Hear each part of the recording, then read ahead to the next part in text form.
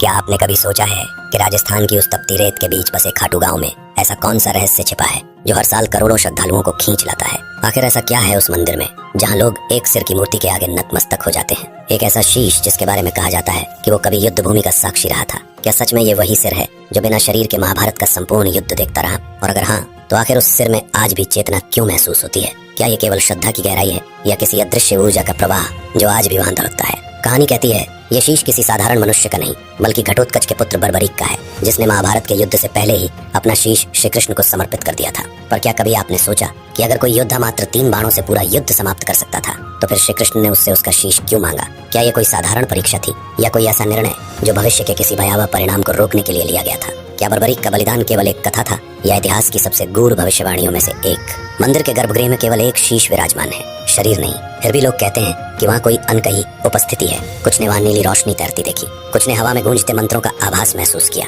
आखिर रात के सन्नाटे में वो रहस्यमय कंपन क्यों महसूस होता है? क्यों कुछ लोग कहते हैं कि उस मूर्ति में सच में चेतना है, कि वो रात को विश्राम करती है और दिन में जागती है? क्या विज्ञान के पास इसका कोई उत्तर है या ये वही बिंदु है जहाँ विज्ञान मौन हो जाता है और आस्था बोलने लगती है? मंदिर के पास स्थित श्याम कुंड भी कम रहस्यमय नहीं, कोई स्रोत नहीं, कोई धारा नहीं, फिर भी उसका जल कभी नहीं सूखता। क्या ये सच में बर्बरीक के शीश से जुड़ा कोई अदृश्य संबंध है या वो ऊर्जा अब भी उस भूमि में बह रही है जो युगों पहले धर्म और अधर्म के युद्ध की साक्षी रही? और वहीं पास स्थित है वो शिवलिंग जिसे औरंगजेब की सेना तोड़ने आई थी, लेकिन जैसे ही सैनिकों ने प्रहार किया धरती कांप उठी और पूरा लश्कर भय से पीछे हट गया। आखिर ये क्या था? कोई दिव्य हस्तक्षेप या किसी शक्ति का प्रतिकार? लोग बताते हैं कि खाटू पहुंचते ही उन्हें एक अजीब सी हलचल महसूस होती है। कोई कहता है उसे स्वप्न में श्याम बाबा का आशीर्वाद मिला, कोई बताता है कि उसकी असंभव मनोकामना पूरी हो गई। और अजीब बात यह है कि यहाँ आने वाले कभी खाली हाथ नहीं लौटते। भारत ही नहीं, इंग्लैंड, अमेरिका और ऑस्ट्रेलिया तक से लोग यहाँ निशान यात्रा के लिए आते हैं। तो आखिर ये कौन सी शक्ति है जो इस छोटे से गांव को पूरी दुनिया की आस्था का केंद्र बना चुकी है? क्या ये संभव है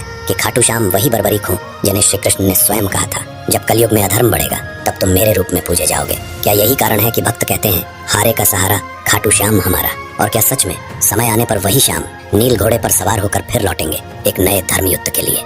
इतिहास अब भी इन सवालों के उत्तर खोज रहा है, विज्ञान अब भी मौन है, लेकिन आस्था हर दिन इन रहस्यों को जीवित रखती है। क्योंकि खाटू श्याम केवल एक मंदिर नहीं, एक जीवित रहस्य है जहाँ हवा में भी श्रद्धा की गूंज है, दीवारों में भी इतिहास की सांसें हैं और उस एक शीश में अब भी एक अदृश्य जीवन धड़कता है जो हर पुकार सुनता है, हर आंसू पहचानता है और हर विश्वास को उत्तर देता है। तो नमस्कार दोस्तों, मैं रवि आपका मेरे चैनल रवि वर्ल्ड ट्यूब में स्वागत करता हूँ। आज की ये वीडियो बहुत ही ज्यादा खास होने वाली है, इसलिए इसे बिना स्किप किए अंत तक जरूर देखिएगा। तो चलिए इसके इतिहास की ओर आगे बढ़ते हैं। महाभारत काल की यह विलक्षण गाथा उस समय से शुरू होती है जब हस्तिनापुर का राजमहल धर्म का नहीं बल्कि राजनीति, ईर्ष्या और षड्यंत्रों का अड्डा बन चुका था। वहां हर दीवार, हर दरबार और हर सांस में सत्ता की भूख और भय का जहर घुल चुका था। दुर्योधन के मन में पांडवों के प्रति ईर्ष्या की ज्वाला दिन प्रतिदिन बढ़ती जा रही थी। उसे डर था कि यदि युधिष्ठिर को राज्य मिला तो कौरवों की सत्ता सदा के लिए समाप्त हो जाएगी और वो स्वयं एक सेवक बनकर रह जाएगा। यही भय उसके भीतर एक भयानक षड्यंत्र का बीज बो गया, एक ऐसा षड्यंत्र जो इतिहास के सबसे अंधेरे अध्यायों में दर्ज हुआ। जब भीष्म पितामह ने धृतराष्ट्र को धर्म और न्याय का पाठ पढ़ाते हुए कहा कि युधिष्ठिर ही राज्य के योग्य उत्तराधिकारी हैं, तो दुर्योधन ने पिता के मन में विष खोल दिया। उसने कहा, पिताश्री, यदि युधिष्ठिर राजा बन गया तो हमारे वंश की सत्ता सदा के लिए समाप्त हो जाएगी। धृतराष्ट्र जानते थे कि युधिष्ठिर धर्मनिष्ठ हैं, पर पुत्र मोह के आगे उनकी आंखों का अंधकार और गहराता गया और इसी मोह ने उन्हें वो निर्णय लेने पर विवश किया जो आगे चलकर महाभारत का कारण बना, पांडवों को वाराणवत भेजने का निर्णय। पर वो कोई सामान्य यात्रा नहीं थी, बल्कि मृत्यु की ओर कदम बढ़ाने का आमंत्रण थी। दुर्योधन ने वहां एक भव्य महल बनवाया जो बाहर से सोने की तरह चमकता था, लेकिन भीतर से पाप की आग में बना था। लाक्षागृह, लाख, चर्बी, सूखी घास और ज्वलनशील वस्तुओं से बना ऐसा महल जो एक ही चिंगारी में जल उठे। उसका उद्देश्य साफ था, एक ही रात में पांडवों को जलाकर समाप्त कर देना। लेकिन नियति की अपनी चाल होती है। विदुर, जो धर्म और बुद्धि दोनों के प्रतीक माने जाते हैं, उन्होंने इस षड्यंत्र की आहट पाली। उन्होंने अपने संकेतों में पांडवों को सावधान किया और एक गुप्त सुरंग खुदवाने की योजना बनाई ताकि समय आने पर वे बच निकल सके। जब रात आई और पुरोचन ने महल को आग के हवाले करने की योजना बनाई तो उससे पहले ही भीम ने उसकी दुष्टता को भस्म कर दिया। लाक्षागृह धधक उठा और उसके साथ जल गया पुरोचन का पाप, उसका षड्यंत्र, उसका अहंकार। पांडव उस सुरंग से निकलकर हिंडिनी नदी तक पहुंचे और विदुर द्वारा भेजी गई नाव में सवार होकर एक नए वन की ओर निकल गए। ये वही क्षण था जब भाग्य ने उनके जीवन की दिशा बदल दी। वो वन घना था, भयावह था और रहस्यों से भरा था। उसी वन में रहते थे राक्षस हिंडिम्ब और उसकी बहन हिडिंबा। हिडिंब एक क्रूर नरभक्षी था जो मानव मांस खाकर जीवित रहता था। उसने हिडिंबा को आदेश दिया कि जंगल में घूम रहे पांडवों को पकड़ लाए लेकिन जब हिडिंबा की दृष्टि भीम पर पड़ी तो उसके भीतर की राक्षसी नहीं बल्कि एक स्त्री जाग उठी। भीम की वीरता, तेज और साहस देखकर उसका हृदय मोह और भक्ति से भर गया। उसने अपने भाई के आदेश का उल्लंघन किया और भीम की रक्षा में उसके सामने खड़ी हो गई। हिडिंब क्रोध से पागल हो गया और भीम पर आक्रमण कर दिया। फिर हुआ एक ऐसा युद्ध जिसमें केवल शक्ति नहीं, धर्म का भी निर्णय होना था। अंततः भीम ने हिडिंब का वध किया और धर्म की विजय हुई। युद्ध के बाद हिडिंबा ने भीम से विवाह का प्रस्ताव रखा। पहले तो भीम ने मना किया, लेकिन जब माता कुंती ने कहा विवाह करो परंतु संतान जन्म के बाद लौट आना, तब यह विवाह संपन्न हुआ। जंगल की नीरवता में, पेड़ों के बीच गंधर्व विधि से हुआ यह विवाह धर्म और प्रकृति के मिलन का प्रतीक बना। उसी मिलन से जन्म हुआ एक अद्भुत बालक का, घटोत्कच। घटोत्कच बल, पराक्रम और निष्ठा का प्रतीक था। वो न केवल शक्तिशाली था बल्कि न्याय प्रिय और विवेकवान भी था। समय बीता और उसका विवाह दैत्यराज मुरा की पुत्री अहिलावती से हुआ। उनके 2 पुत्र हुए, अंजना अपर्वा और बर्बरीक। बर्बरीक वो बालक जिसका नाम आगे चलकर खाटू श्याम के रूप में अमर हो गया। बर्बरीक बचपन से ही विलक्षण था। उसकी आंखों में तेज, चेहरे पर करुणा और भीतर अडिग विश्वास था। उसने कम आयु में ही भगवान शिव की कठोर तपस्या आरंभ की। महीनों तक उसने भोजन का त्याग किया, एकाग्र होकर केवल महादेव के नाम का जाप किया। उसकी भक्ति से प्रसन्न होकर महादेव स्वयं प्रकट हुए और कहा, वत्स, मांगो वरदान। बर्बरीक ने कहा, हे महादेव, मुझे ऐसे बाण दीजिए जो अचूक हों, जो एक साथ लक्ष्य को ढूंढें, नष्ट करें और वापस लौट आएं। शिव मुस्कुराए और 3 अमोघ बाण उसे प्रदान किए। ये बाण साधारण नहीं थे। पहला लक्ष्य को चिन्हित करता, दूसरा उसका अंत करता और तीसरा बाण को वापस बुलाता। केवल 3 बाण, लेकिन उनमें समस्त संसार को नष्ट करने की क्षमता थी। पर उसकी सबसे बड़ी शक्ति उसका धर्म था। उसने अपनी माता अहिलावती से वचन लिया था, मैं सदैव हारे हुए पक्ष की ओर से युद्ध करूंगा। यही उसका जीवन का धर्म बन गया। जब कुरुक्षेत्र का युद्ध प्रारंभ हुआ, जब धर्म और अधर्म आमने सामने थे, तब बर्बरीक ने युद्ध भूमि में जाने का निश्चय किया। वो अपने नीले रंग के घोड़े पर सवार हुआ, कवच धारण किया, 3 बाण बांधे और धनुष उठाया। उसके नेत्रों में अग्नि थी पर उसके हृदय में करुणा। रास्ते में उसका मार्ग एक ब्राह्मण ने रोका। वो कोई साधारण ब्राह्मण नहीं था, स्वयं श्री कृष्ण थे, जो उसकी शक्ति और उसके निर्णय की परीक्षा लेना चाहते थे। कृष्ण ने मुस्कुराकर कहा, वत्स, कहाँ जा रहे हो? बर्बरीक ने विनम्रता से कहा, हे ब्राह्मण, मैं धर्म की सहायता करने जा रहा हूँ, उस पक्ष के लिए जो हार रहा होगा।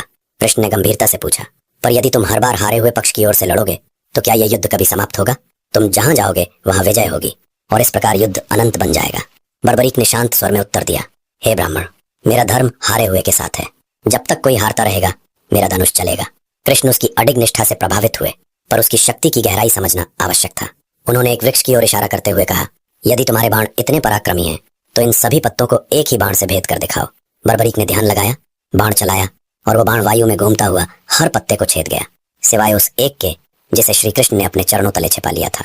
बाण उनके चरणों तक पहुंचा और जैसे उनकी अनुमति की प्रतीक्षा करने लगा, बर्बरीक ने हाथ जोड़कर कहा, हे ब्राह्मण, अपना चरण हटा लीजिए, नहीं तो ये बाण आपको भी घायल कर देगा। कृष्ण मुस्कुराए, उनकी आंखों में गर्व और करुणा थी। उन्होंने देखा कि इस बालक में केवल बल नहीं बल्कि आत्मसंयम और श्रद्धा भी है। फिर उन्होंने गंभीर स्वर में कहा, हे वीर, क्या तुम मुझे एक दान दे सकोगे? बर्बरीक ने नतमस्तक होकर कहा, जो भी मांगेंगे मैं अर्पित करूंगा। कृष्ण ने कहा, मुझे तुम्हारा शीश चाहिए। क्षण भर को संसार स्थिर हो गया, हवाएं थम नहीं, समय जैसे रुक गया, पर बर्बरीक की आंखों में भय का नामो निशान नहीं था।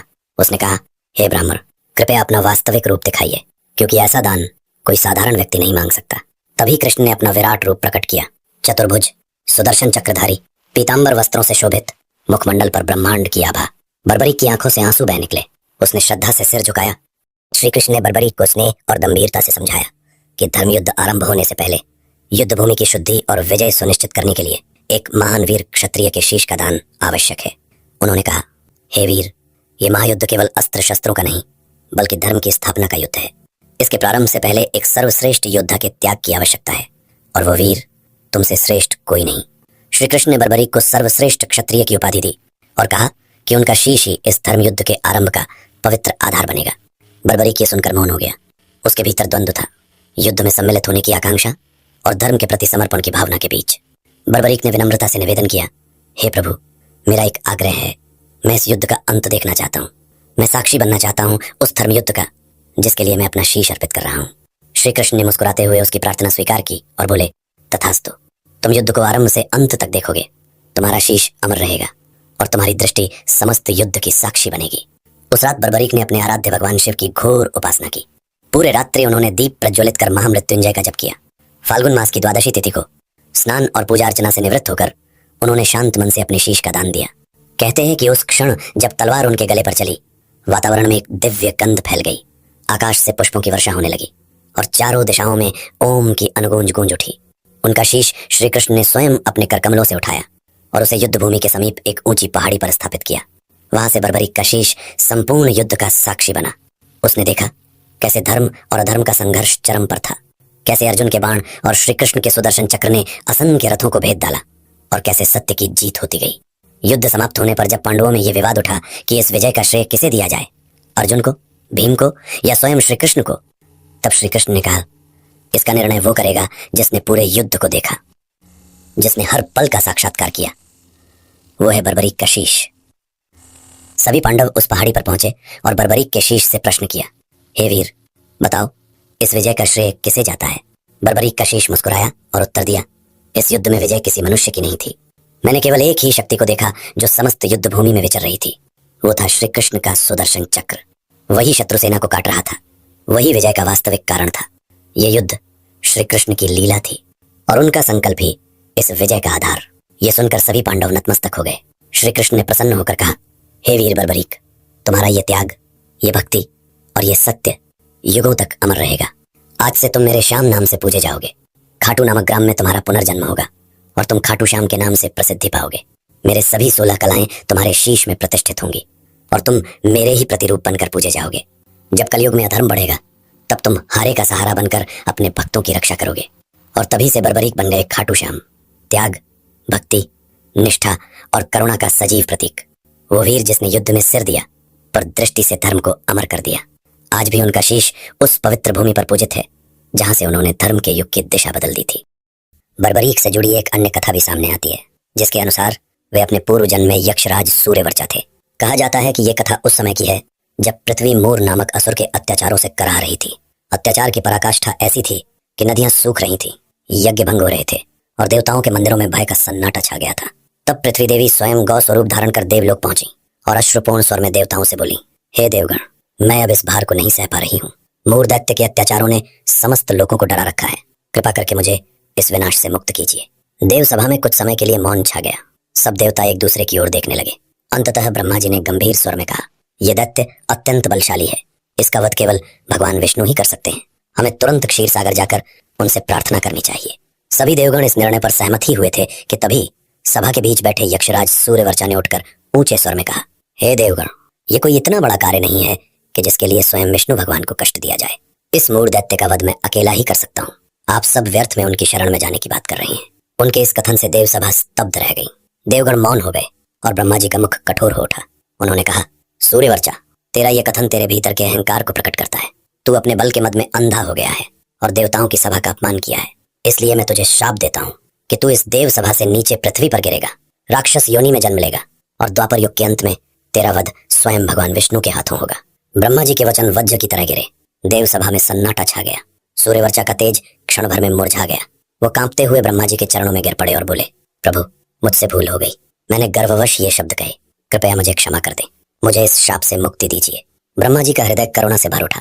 उन्होंने कहा, वत्स सूर्यवर्चा, तेरा अपराध बड़ा है, इसलिए श्राप तो शाश्वत रहेगा, पर मैं इसमें संशोधन अवश्य करूंगा।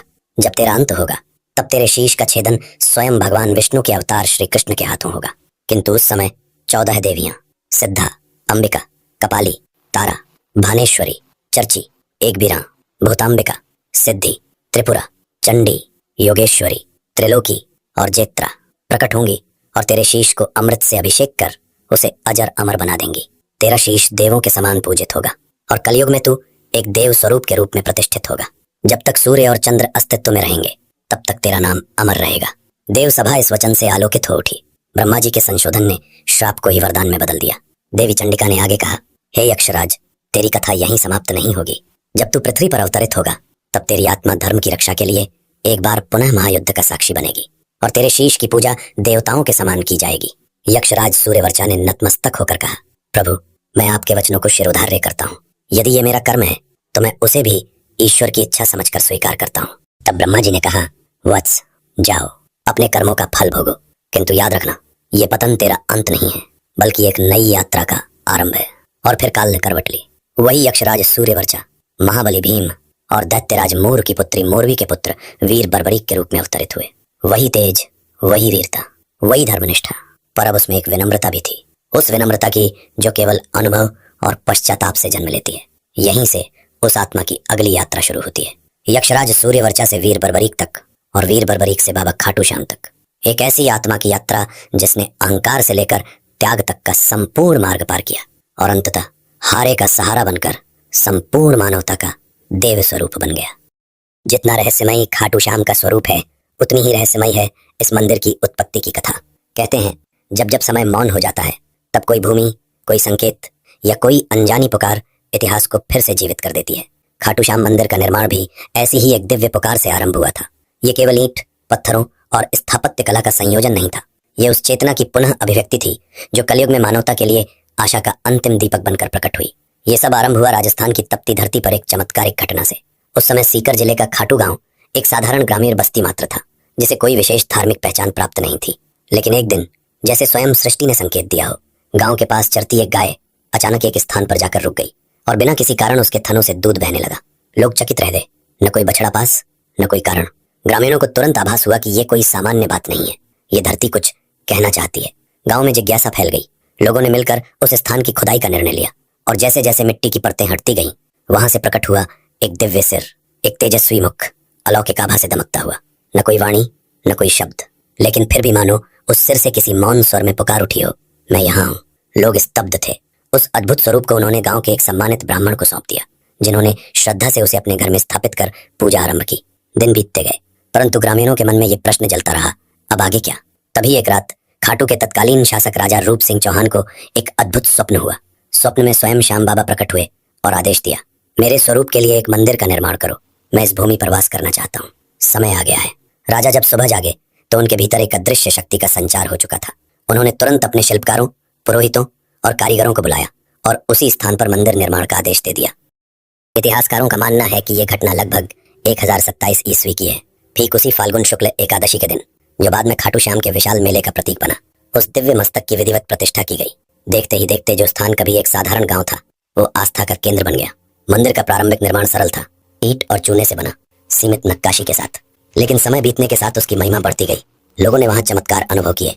कोई रोग मुक्त हुआ, कोई निसंतान माता संतानवती बनी और कोई निराश व्यक्ति जीवन में दिशा पाकर लौटा। सदियों बाद 1720 ईस्वी में जब खाटू क्षेत्र मारवाड़ रियासत के अधीन आया, तब वहां के दीवान अभय सिंह को भी श्याम बाबा ने स्वप्न में दर्शन दिए और मंदिर के जीर्णोद्धार का आदेश दिया। उन्होंने संगमरमर से सुसज्जित भव्य मंदिर का निर्माण कराया, सोने चांदी से अलंकृत द्वार बनवाए और गर्भगृह को दुर्लभ पत्थरों से सजवाया। आज भी वही मूर्ति मंदिर के गर्भगृह में विराजमान है। वो मूर्ति जो मान्यता के अनुसार किसी साधारण शिला की नहीं, बल्कि कृष्णकालीन श्याम वर्ण शिला की प्रतीक है। मंदिर की स्थापत्य कला भी अपने आप में दिव्य है। इसके शिखर पर लहराता ध्वज उस संकल्प का प्रतीक माना जाता है जो बर्बरीक ने श्री कृष्ण से किया था, मैं सदैव धर्म की ओर रहूंगा। गर्भगृह की शांति इतनी गहरी है कि वहां प्रवेश करते ही लगता है मानो स्वयं बाबा आपकी सांसों की गति पढ़ रहे हो। खाटू श्याम मंदिर केवल एक धार्मिक स्थल नहीं, बल्कि एक जीवंत परंपरा है। एक ऐसा स्थल जहां हर आस्था एक अनुभव में बदल जाती है। फाल्गुन मेला, निशान यात्राएं, लाखों भक्तों की पुकारें और श्याम तेरी बंसी पुकारे राधा नाम जैसे भजनों की गूंज इस मंदिर को केवल एक तीर्थ नहीं, बल्कि आध्यात्मिक ऊर्जा का केंद्र बना देती हैं। विद्वान मानते हैं कि ये स्थल इतिहास, आस्था और अध्यात्म का संगम है, जहां हर भक्त केवल दर्शन नहीं करता, बल्कि एक नई आशा लेकर लौटता है। क्योंकि यहाँ जब कोई हारा हुआ आता है, बाबा उसे फिर से जीवन से जोड़ देते हैं। और खाटू धाम की इस पावन भूमि में एक और रहस्य छिपा है, श्याम कुंड। ये कोई साधारण जलाशय नहीं, बल्कि वो पवित्र स्थल है जहाँ से बाबा श्याम का दिव्य मस्तक निकला था। कहते हैं उसी स्थान पर यह कुंड स्वयं प्रकट हुआ था। तब से ये केवल जल का स्रोत नहीं, बल्कि आत्मा को शुद्ध करने वाला एक जीवित तीर्थ बन गया। कहा जाता है इस कुंड में स्नान करने मात्र से व्यक्ति अपने पापों से मुक्त हो जाता है। श्रद्धालु जब यहाँ डुबकी लगाते हैं तो उनके हाथ जोड़े होते हैं, आंखों में आंसू होते हैं और हृदय में आशा कि बाबा श्याम उनकी पुकार सुन लेंगे। प्रत्येक डुबकी एक कहानी होती है, किसी की टूटी उम्मीद के जुड़ने की, किसी के बिखरे जीवन के संवरने की। इस कुंड का जल सदा निर्मल और ठंडा रहता है, जैसे उसमें स्वयं बाबा का स्पर्श समाया हो। और आश्चर्य की बात यह है कि आज तक कोई ये नहीं जान पाया कि इस कुंड का जल आता कहाँ से है। न कोई स्रोत ऊपर से, न कोई धारा नीचे से। फिर भी ये कुंड कभी सूखता नहीं। वैज्ञानिक इसे संयोग कहते हैं, पर भक्तों के लिए ये ईश्वरीय चमत्कार है जो हर सांस में जीवित है। श्याम कुंड से कुछ दूरी पर स्थित हैं दो और पवित्र स्थल, गौरी शंकर मंदिर और गोपीनाथ मंदिर। इन दोनों में से गौरी शंकर मंदिर से जुड़ी एक घटना आज भी लोगों की रूह कंपा देती है। कहा जाता है कि औरंगजेब के शासनकाल में जब उसकी सेना ने इस मंदिर को नष्ट करने का प्रयास किया, तब उन्होंने सबसे पहले शिवलिंग पर भाले से प्रहार किया। लेकिन जैसे ही भाले शिवलिंग से टकराए, वहां से रक्त की धार फूट पड़ी। सैकड़ों लोगों ने यह दृश्य अपनी आंखों से देखा। भय से कांपते सैनिक तुरंत भाग खड़े हुए। आज भी उस शिवलिंग पर भाले के निशान स्पष्ट दिखाई देते हैं, जैसे स्वयं भगवान ने धर्म की रक्षा के लिए अपने प्रकोप को प्रकट किया हो। और यही है खाटू श्याम धाम की अद्भुत सच्चाई। यहाँ आस्था केवल पूजा नहीं, अनुभव है। ये तीर्थ केवल यात्रा नहीं, आत्मा का पुनर्जन्म है। जब कोई यहाँ आता है तो वो कुछ छोड़ता नहीं, बल्कि खुद को पाता है। और लौटते वक्त बस इतना कहता है, बाबा ने बुलाया था और सब कुछ बदल गया। चलिए खाटू श्याम से जुड़ी एक अनकही किंतु अद्भुत कथा को जानते हैं। एक ऐसी कहानी जो न केवल आस्था का प्रतीक है, बल्कि उस सच्ची भक्ति की मिसाल भी है जिसने इतिहास बदल दिया। यह कथा है उस परम भक्त की जिसकी अटूट श्रद्धा ने खाटू श्याम धाम के बंद कपाटों को स्वयं खुलवा दिया। राजस्थान के पवित्र श्री खाटू श्याम धाम की महिमा अपार है। हर साल लाखों श्रद्धालु बाबा के दर्शन के लिए इस भूमि पर पहुंचते हैं, लेकिन बहुत कम लोग जानते हैं कि हरियाणा के रेवाड़ी शहर का इस धाम से एक प्राचीन और गहरा संबंध रहा है। ये वही स्थान है जहां से खाटू श्याम के प्रथम परम भक्त श्याम बहादुर अग्रवाल, जिन्हें श्याम सुंदर अग्रवाल भी कहा जाता था, ने बाबा की महिमा का ऐसा प्रसार किया जिसने बाबा के नाम को चारों दिशाओं में पहुंचा दिया। कहा जाता है उस समय सीकर के राजा ने किसी कारणवश श्री खाटू श्याम मंदिर पर अधिकार जमा लिया था और उसके मुख्य द्वार पर ताला लगवा दिया था। बाबा के दर्शन व पूजा पर रोक लगा दी गई थी। जब यह समाचार रेवाड़ी पहुंचा तो श्याम बहादुर अग्रवाल का हृदय व्याकुल हो उठा। उन्होंने ठान लिया कि चाहे कुछ भी हो जाए वे अपने बाबा के दर्शन अवश्य करेंगे। जब वे खाटू पहुंचे तो सैनिकों ने उन्हें मंदिर के पास जाने से रोक दिया। उन्होंने व्यंग करते हुए कहा, अगर तुम सच में बाबा के सच्चे भक्त हो तो अपने बाबा से कहो कि वे खुद तुम्हारे लिए दरवाजे खोल दें। ये सुनकर श्याम बहादुर अग्रवाल ने कुछ नहीं कहा। उन्होंने शांत मन से अपनी मोरपंख छड़ी उठाई, वही छड़ी जिसे वे सदैव अपने साथ रखते थे, और श्रद्धा से मंदिर के ताले को छुआ। अगले ही पल कुछ ऐसा हुआ जिसने सबको स्तब्ध कर दिया। मंदिर का ताला स्वयं टूट गया और कपाट अपने आप खुल गए। ये कोई साधारण घटना नहीं थी, ये श्रद्धा की शक्ति थी, आस्था का उत्तर था। वहां खड़े सभी सैनिक, भक्त और ग्रामवासी इस चमत्कार को देखकर नतमस्तक हो गए। उस दिन के बाद से बाबा श्याम की ख्याति चारों दिशाओं में फैल गई और श्याम बहादुर अग्रवाल का नाम श्री खाटू श्याम बाबा के प्रथम परम भक्त के रूप में अमर हो गया। कहा जाता है कि यह घटना साल 1937 में घटी थी। और यही नहीं, उसी समय बहरोड में एक और चमत्कार हुआ। एक असहाय व्यक्ति की आंखों की रोशनी चली गई थी। श्याम बहादुर अग्रवाल की एक आंख की दृष्टि भी उस समय क्षीण हो गई थी। उन्होंने बाबा से प्रार्थना की और बाबा की कृपा से वो व्यक्ति अपनी आंखों की रोशनी पुनः पा गया। उसी चमत्कार की स्मृति में बहरोड में भी श्री खाटू श्याम मंदिर की स्थापना की गई। रेवाड़ी के ठठेरा चौक स्थित कायस्थवाड़ा में आज भी उनके निवास स्थान पर श्याम बहादुर अग्रवाल की तस्वीर लगी है। यही वो स्थान है जहां वे जीवन भर रहे और बाबा की भक्ति में लीन रहे। उनके निधन के बाद भी उनकी गद्दी आज आस्था का केंद्र बनी हुई है। बाबा के भक्त जब रेवाड़ी आते हैं तो सबसे पहले इसी गद्दी पर हाजिरी लगाते हैं। बड़े कथावाचक और भजन गायक भी जब रेवाड़ी आते हैं तो बाबा श्याम के दर्शन से पहले यही नमन करते हैं। श्याम बहादुर अग्रवाल ने केवल एक ताला नहीं खोला था, उन्होंने सच्चे विश्वास का वो द्वार खोला था जिससे आस्था का उजाला आज भी अनगिनत हृदयों को आलोकित करता है।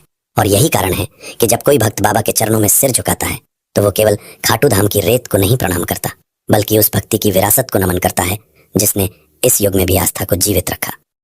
बाबा श्याम की महिमा का बखान शब्दों में नहीं हो सकता। हर भक्त का अनुभव अलग है, हर चमत्कार अपनी कहानी कहता है। लेकिन अगर आप बाबा श्याम से जुड़ी और भी सच्ची, अद्भुत और रहस्यमयी कथाएं सुनना चाहते हैं तो कमेंट में जरूर बताएं, ताकि अगली बार हम आपके लिए और भी गहराई से बाबा की अनसुनी गाथाएं लेकर आएं। और अगर आपको खाटू श्याम बाबा से जुड़ी ये चमत्कारिक और भावनाओं से भरी सच्ची कथा पसंद आई हो तो वीडियो को लाइक करें, अपने दोस्तों और परिवार के साथ शेयर करें और चैनल को सब्सक्राइब करना ना भूलें, क्योंकि आपका एक छोटा सा क्लिक हमें प्रेरणा देता है कि हम आपके लिए और भी दिव्य, ऐतिहासिक और आत्मा को छू लेने वाली कहानियां लेकर आते रहें। और हाँ, अगर आपने अभी तक हमारी बाकी आध्यात्मिक वीडियोस नहीं देखी हैं तो उन्हें जरूर देखिए। हर वीडियो आपको एक नई यात्रा पर ले जाएगी जहां आस्था, इतिहास और चमत्कार एक साथ जीवित हो उठते हैं। मिलते हैं अगली वीडियो की ओर। तब तक के लिए जय श्री श्याम। हारे का सहारा बाबा श्याम हमारा।